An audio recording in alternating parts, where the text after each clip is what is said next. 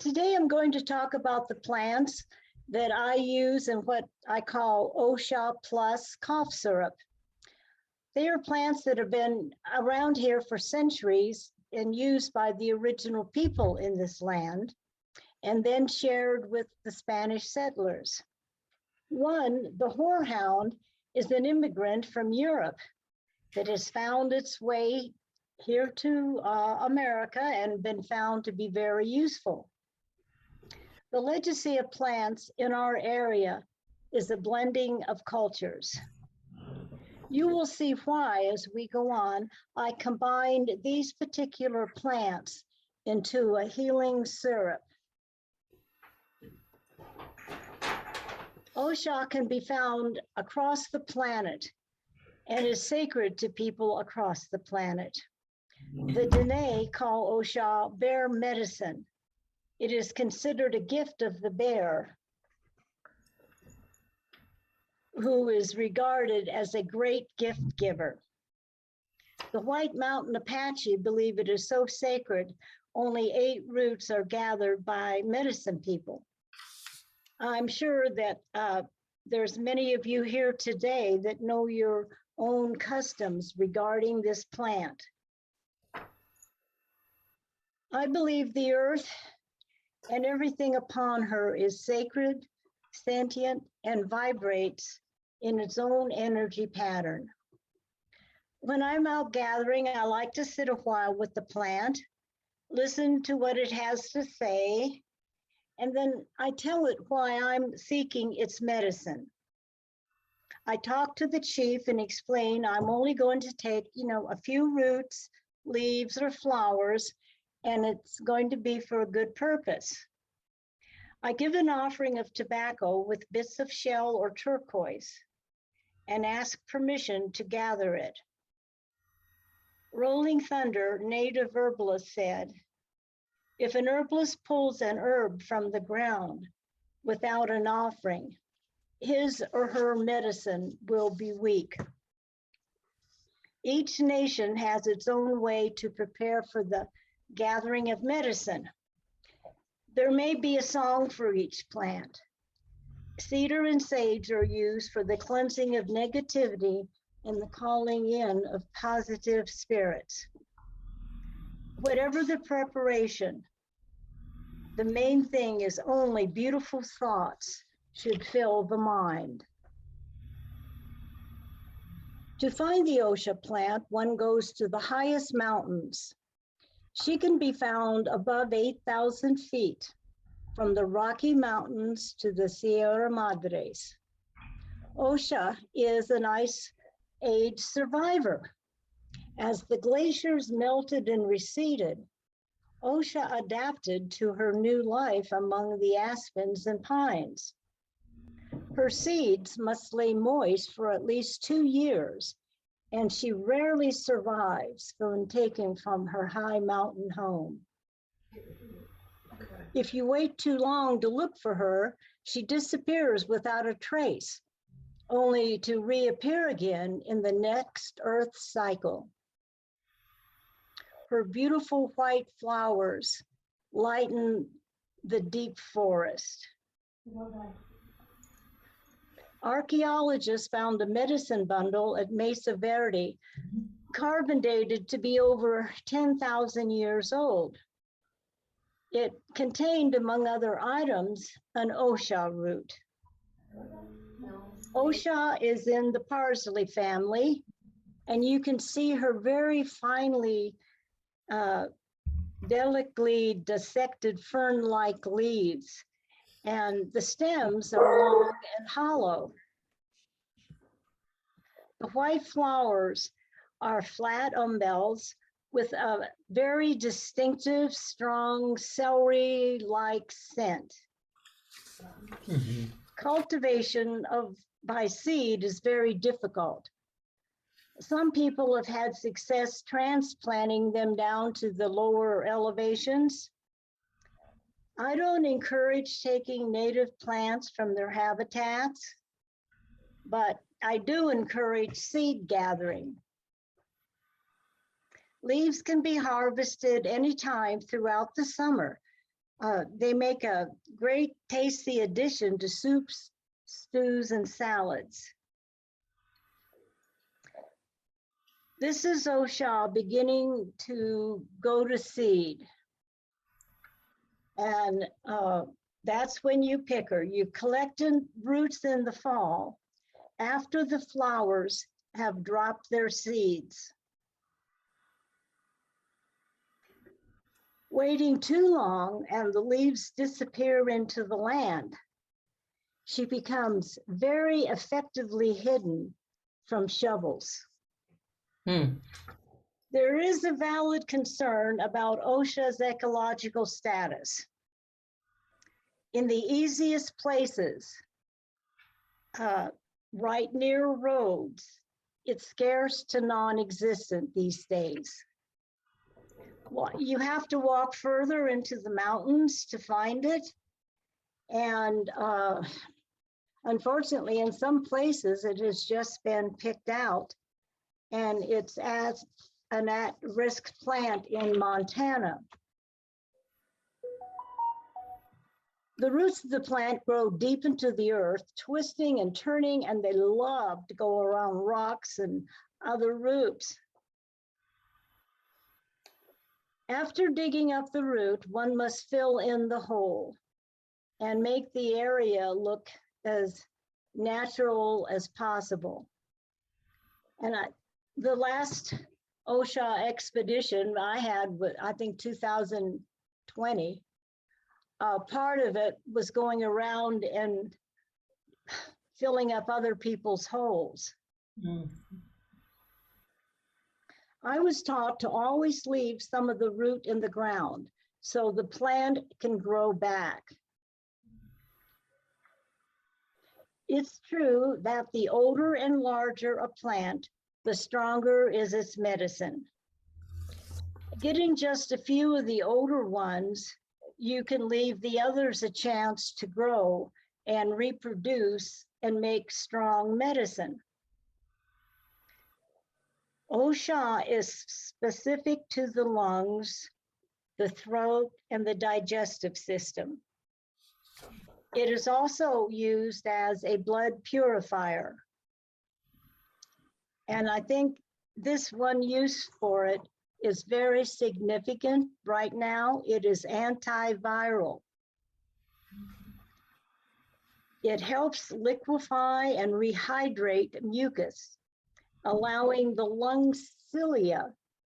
Now the cilia are those little microscopic finger-like hairs throughout our lungs, and their job is to get out particles of dirt or specks, anything that's in the lung that doesn't belong there. And they have to move really freely. Cigarette smoke paralyzes these little cilia in the lungs, and they can't do their job as effectively. So it reduces inflammation of the respiratory tissues. Your cough doesn't turn into a bronchitis that goes on and on and on. It soothes and decreases the pain of a sore throat. In the lungs, it stimulates the body's own defense system that lives in the lungs. They're the macrophages. And the macrophages hang out wherever there's openings into the body. And they're what you would call the National Guard. So OSHA gets the National Guard to working down there and actually calls in more macrophages from other parts of the body to come to the lungs. And they all become very active. And they're very active in our defense, which is killing the invaders.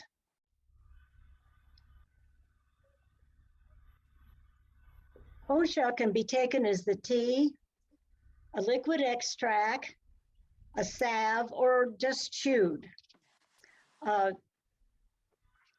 During the pandemic, my son was working, his company required frequent COVID tests, wearing masks, a lot of precautions. And under his mask every day, he had in his mouth a piece of Osha root. It is not safe for use in pregnancy. The leaves are safe though at that time. Sheep herders carried the powdered root with them and sprinkled it around their bedrolls to keep the snakes away. And if they were bitten, they made a paste with the powder to draw the poison out. And yes, when I go hiking, I have a piece of Osha root with me always. The root is fibrous and it has root hairs. Can you all see right here? This is the trademark of the Osha root. You can see some other little hairs there. The root has a very distinctive fragrance and taste, but it has an imposter. There's a very poisonous look-alike, the water hemlock. The water hemlock grows in or near water, and their leaves and flowers do bear a superficial resemblance to that of Osha. Mm-hmm. Well, here's a major difference. The roots are hairless, and they have a very nasty, fetid odor. Osha does not naturally grow below 8,000 feet or by water. And it's very important, I think, that you get to know the Osha root. I'll tell you a little story about a student of mine had learned about Osha, was up in the mountains with his girlfriend, and they were by this stream, and she said, "Oh, there's some Osha, I'm going to pick some." And he goes, "Well, you know, I don't think so. I don't think that." Oh, she says, "Yes, I live here. I've been around. I know that." Well, it wasn't Osha. It was water hemlock. And because he wasn't sure, he didn't eat as much of the leaves. And this was just the leaves, he said, of the plant. And he barely got her down out of the mountains, off the dirt road, onto the blacktop, to a hospital's emergency room in time for their stomachs to be pumped. So know your Osha. It's, we're going to do that a little later, but taste it, drink it, chew it, put the salve on your skin so you know what this plant is about. Oh, and there's another precaution that you need to take when you're out gathering. It's the plant of a favorite of bears. And if you're out doing rose hips, be careful too, because they'll probably be out gathering. After the roots are collected and cleaned, and I do wash all the earth off of them, and it makes a good fertilizer for some of my other plants. This is one plant that can be dried in the sun. And after it's dry, you want to keep it in a cool, dark area in a closed container. Stored properly, they can remain medically active for many years. To maintain freshness, I grind or chop just before using them in a formula.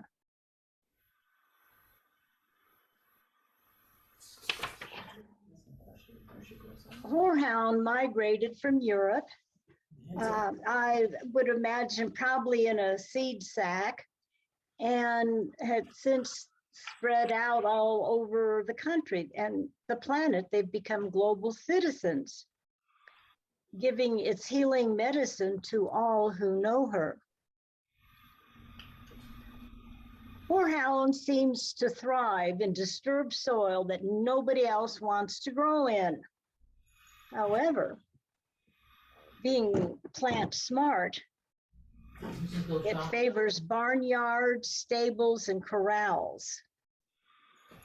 Its ecological status, many people actually consider it a weed, but I think that's only because they don't really know of its medicinal value. It has a square whitish stem, and that lets you know it's in the mint family. The flowers are delicate white puffs found at intervals along the upper stem, and they're usually nestled between two green, deeply wrinkled leaves. She has little fragrance, but I think she's really pretty, and her taste is bitter. But I think she is a lovely addition to any garden, but you have to set boundaries because she's a prolific seeder. The green leaves have tiny white hairs to reflect the sun's rays. And if they're growing in direct sun where there might not be any other vegetation, the ground almost bare, she puts out more of these tiny white hairs. It looks like she's really dressed for winter. The plant is strongest just before blooming or just at that time it blooms. Picking at this time prevents the abundance of seeds from taking over and maintains a manageable patch for family use. So you want to collect a bundle about as round as the circle made with the thumb and forefinger. You tie that and you hang it with flowers down in a shady place that has a really good air circulation. Its chief value is its use of an expectorant. It helps get phlegm out of the lungs. It loosens it and makes it easier to cough up and spit out the phlegma.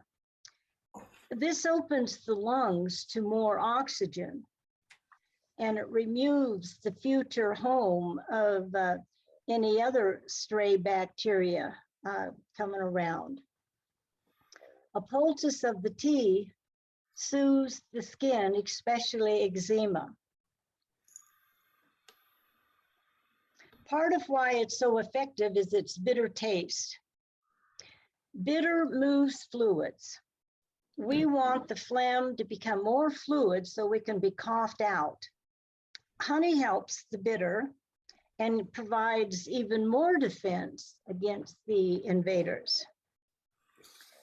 Drinking large amounts could induce uterine contractions in some women. Women who have had previous miscarriages would be the ones most sensitive.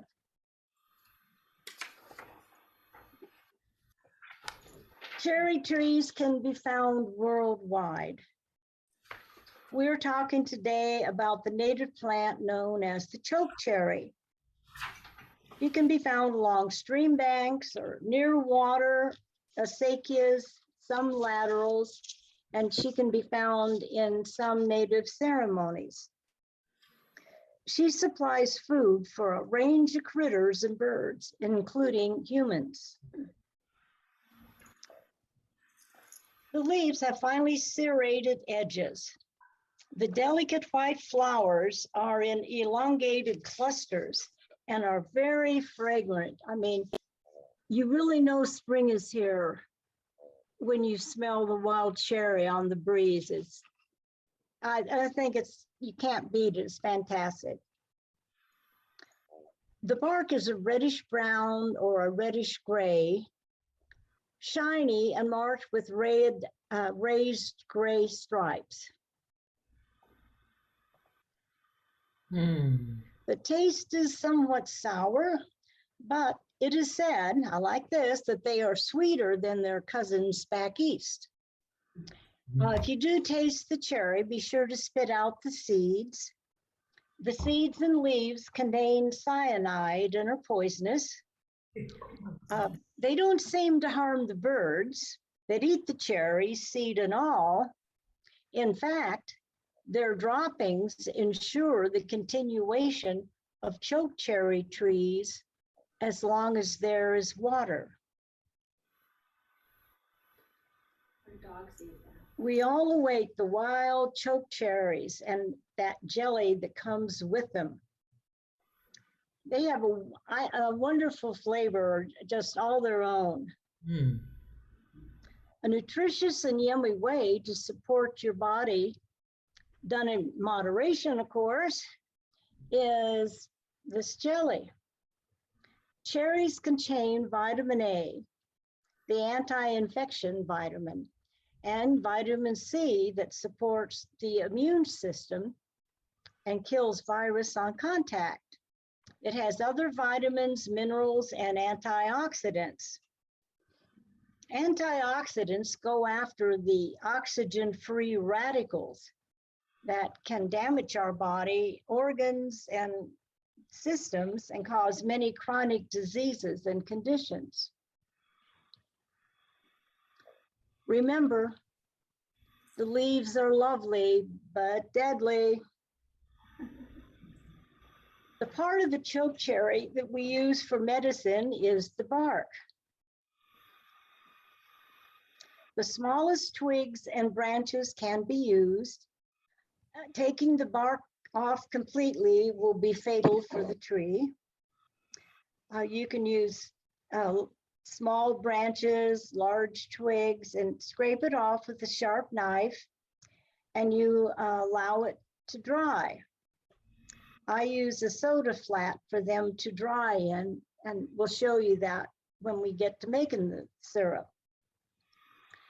The cherry is considered a cough suppressant, and it's quite specific for that dry, hacking cough where like the whole body just clamps and spasms and the person can't get their breath. Well, it's been used down through the ages planet-wide in cough medicine formulas. Once again, it's something that helps get mucus out, and it eases those coughing spasms and relaxes you so that the airways open. And it doesn't make you drowsy or sleepy. I can remember my going to the store with my grandmother and getting Smith Brothers wild cherry cough drops. Tasted like candy to me. But wild cherry bark does have other uses. It can be made as a tea, and again, apply it as a poultice to soothe inflamed skin and wounds. Drinking a small amount before a meal aids digestion by the stimulation of bile and enzymes. Bitter and sour, get juices moving. This little fella is really getting into his work.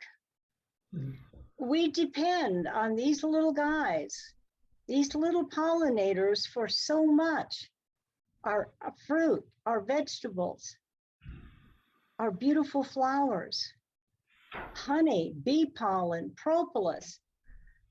So we need to protect them. Honey is a rich source of energy. It contains varying amounts of vitamins, especially the B vitamins and antioxidants, enzymes, and some amino acids. It is antiseptic. And this is another important attribute of honey. It will kill Staphylococcus aureus. Staphylococcus aureus is often deadly because its bacteria is very smart. They figured out how to get around most of the penicillins. They changed some of their approaches.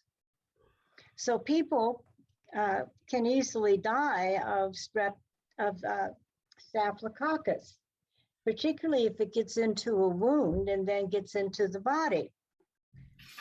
So using honey dressings is something that they're starting to do again, because honey is anti-inflammatory, which helps reduce pain and promote healing. When making it, the syrup, I use a crock pot, and I'll show you, and I keep it at the lowest temperature.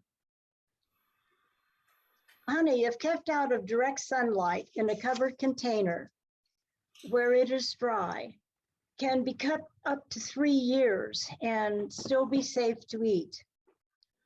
Do not store it in a metal container. It absorbs the metal and can become toxic.